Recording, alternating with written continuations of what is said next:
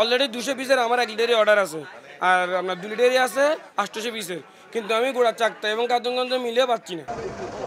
কয়েক দফায় ডিলারের কাছে গিয়েও ভোজ্য তেল না পাওয়ায় ক্ষুব্ধ এই খুচরা বিক্রেতা। তার অভিযোগ, গুদাম ভর্তি তেল থাকলেও লুকোচুরি করছে ডিলাররা।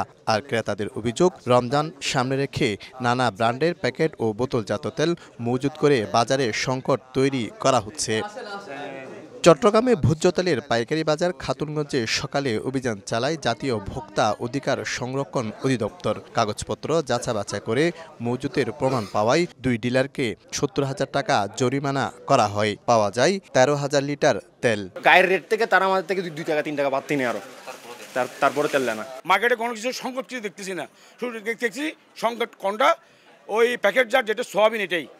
এগুলো সব মার্কেটে অ্যাভেলেবেল মাল আছে, কোনো সংকট কিছু দেখতেছি না। উনি বললেন যে ওনার কাছে কোনো তেল নাই, কোম্পানি কোনো তেলই দিচ্ছে না। কোম্পানির সাথে কথা বলে আমরা জানতে পারলাম কোম্পানি 1300 কার্টুন তেল ওনাকে সরবরাহ করেছে। 200 কার্টুন হয়তো ওনার হিসেবে সরবরাহ হয়ে থাকতে পারে, যদি ডকুমেন্ট নাও দেখাতে পারে এখন, কিন্তু বাদবাকি আরও 400 কার্টুনের হিসেব কোথায় নাই। তার মানে এটা উনি গোপন করে রাখছে, কারচুপি করতেছে।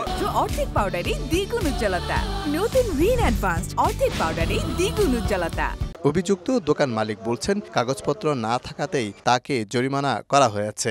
আমি 600 কার্টন আমার ওয়ার কাছে পাঠাইছি, এগুলো আমি ডেলিভারি করে দিই, আর 600 carton on the way mark আছে, ঠিক আছে। ওই 600 কার্টন আমি কোনো নিয়ম করি নাই, কোম্পানি যেটা প্রাইস ওই রেটেই মাল ডেলিভারি করেছে, কিন্তু ডকুমেন্টেশন আমি ওদেরকে উপস্থাপন করতে পারি না, এই জন্য আমাকে জরিমানা করে দিতেছে। ওরা বলতেছে যে আপনার মাল, ওদের মাল আসতেছে, পাইপ লাইনের মাল আছে, এটা প্রসেসিং হবে, সময় লাগবে।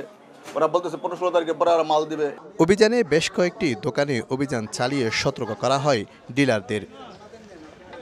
শফিকুল আলম, সময় সংবাদ, চট্টগ্রাম।